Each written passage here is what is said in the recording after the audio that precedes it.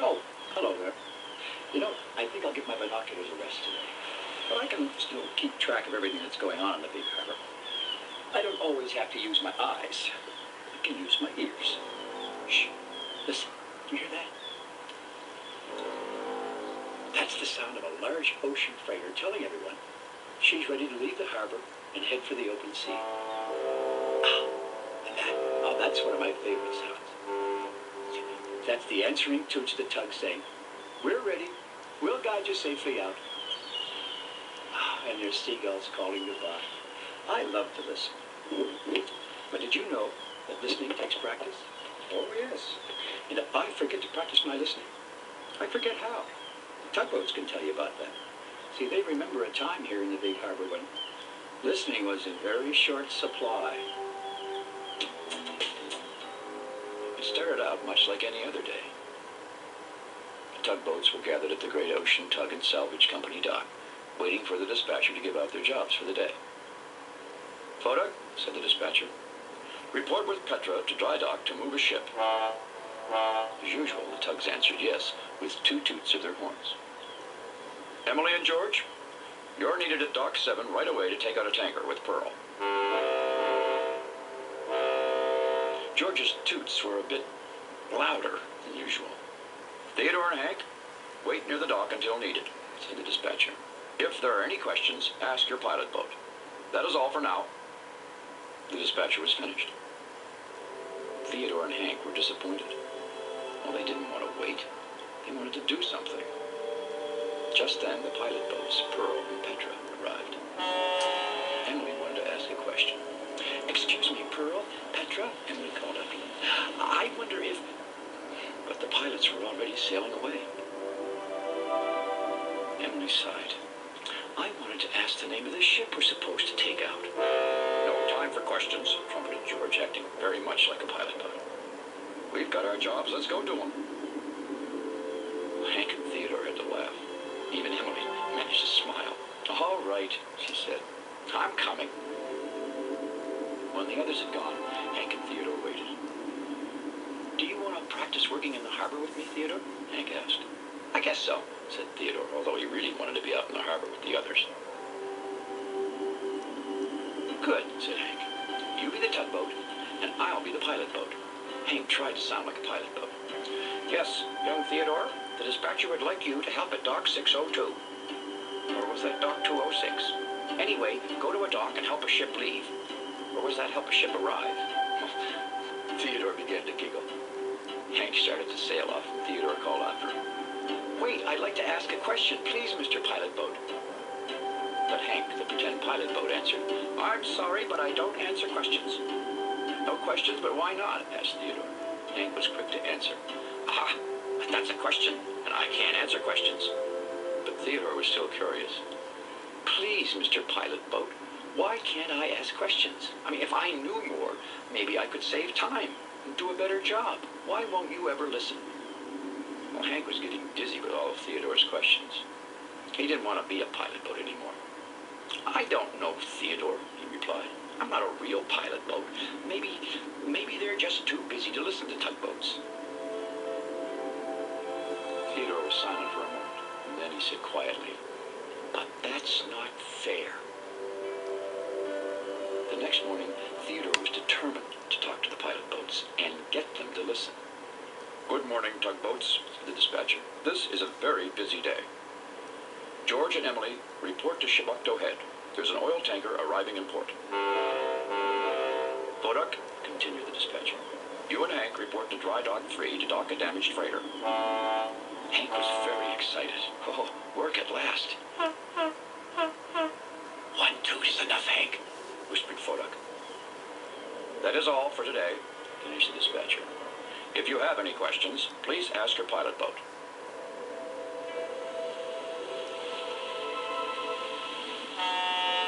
Well, just then, Pearl arrived. At last, here was Theodore's chance to ask a question. "Excuse me, Pearl," said Theodore. "Ah, Theodore. Since the dispatcher does not have a job for you, you can go to the warehouse on dock 3 and bring back a fresh supply of tow ropes." "Yes, thank you, Pearl, I will. But first, I was wondering if..." was already sailing up to catch up with Emily and George. Theodore felt upset. Maybe I should ask Petra, he thought. Maybe she has time to listen.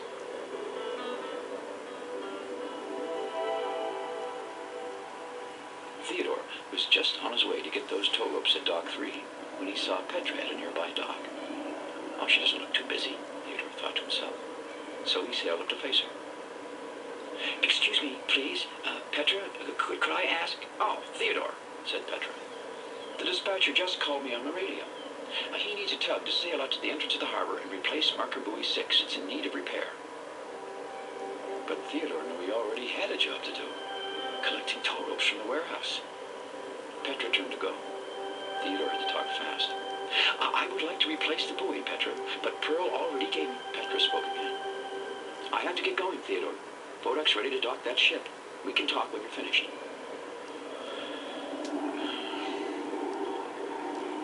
Poor Theodore. But Petra wouldn't listen. What should he do now? How could he do both jobs at the same time? I must find Pearl and explain, he thought, and hurried off. Theodore found Pearl at the fueling dock, but she seemed in more of a rush than ever. Theodore took a deep breath and began to speak, but before he could say a word, Pearl turned quickly from the dock and almost bumped right into him. Oh, Theodore, she cried. You must watch where you're going. And before Theodore could reply, Pearl continued. Theodore, someone has left an empty garbage barge at Dock 2. The dispatcher would like it brought back to its proper dock.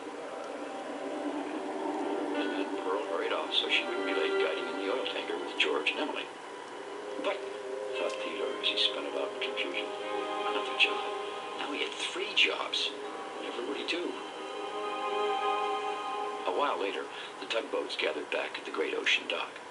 Are all jobs complete? Asked the dispatcher. Emily, George, Hank, and Thodak all tooted their whistles. Very good, said the dispatcher, but he sensed that all was not right.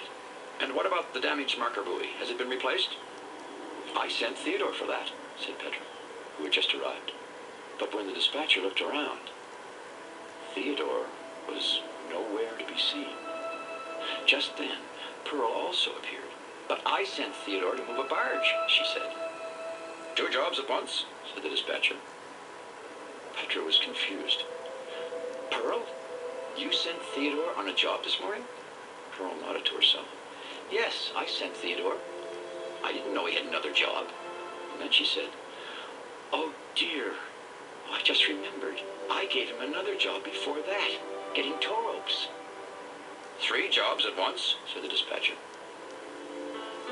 But if he had too much to do, said Pearl, why didn't he just tell us? Hank moved forward. He tried to tell you, said Hank. But Petra said, I don't remember that he told me, nor me, added Pearl. Hank gathered his courage and continued to speak. Theodore has been trying to ask you a question since yesterday. What question? Asked Pearl. Well, the other tugs looked just as upset as Hank. Hank spoke again. Theodore wanted to know why you never listened to any of us. We will certainly talk more about this later, announced the dispatcher, who was very concerned. But right now, there is a container ship coming in and a damaged marker buoy in the harbor. That means there is nothing to warn the ship about the sharp rock. The tugs and pilots went off to warn the ship and bring her in. Everyone was very worried about that rock, and Theodore. Where could he be?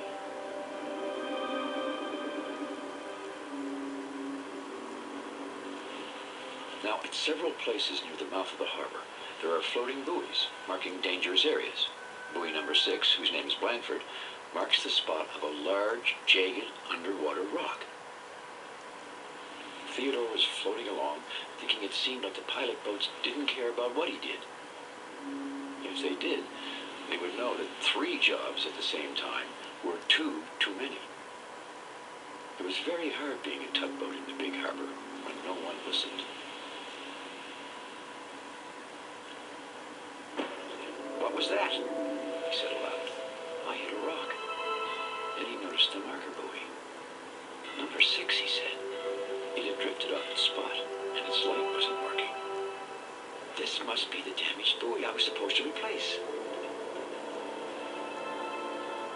Theodore heard a deep, deep horn, and he knew right away what it was. A ship.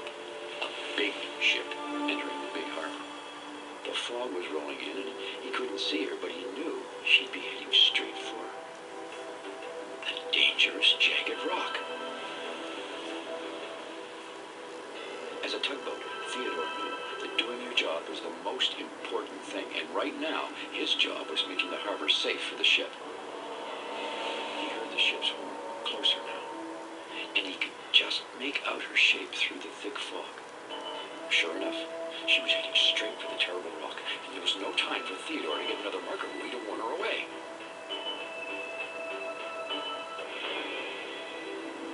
Meanwhile, the other tugs and the pilots were racing toward the harbor mouth. They could hear the great ship approaching the jagged rock. It's all because of us, said the pilots. All because we didn't listen. The container ship was just about to hit the rock she couldn't see, when she heard the sound of 3 loud toots through the fog. And then she saw a light. It must be a marker buoy, thought the ship. And then she realized that she was heading straight for it.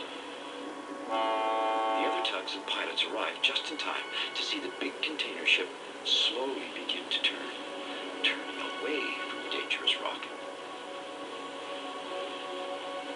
It looks like the marker buoy is working after all, shouted Pearl. The tugs floated in for a closer look. It's not a buoy, said Hank. It's Theodore! Oh, hi, everybody, said Theodore, as calm as a clam.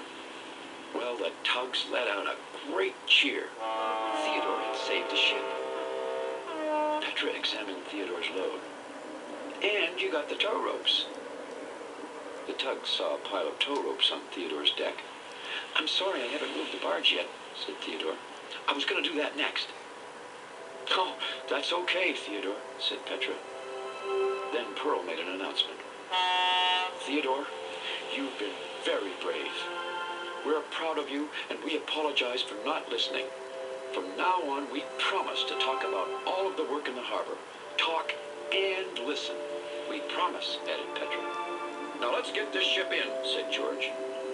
And with that, the tugs and the pilots set off to work. I'll go get another marker buoy so you can come back and tell us what happened, called Hank. I'll bet everyone will want to listen. Well, I must say, I think everyone listens very well now. You hear that? That's one of the most important sounds in the whole harbor. That's the lunch whistle, and I'm hungry.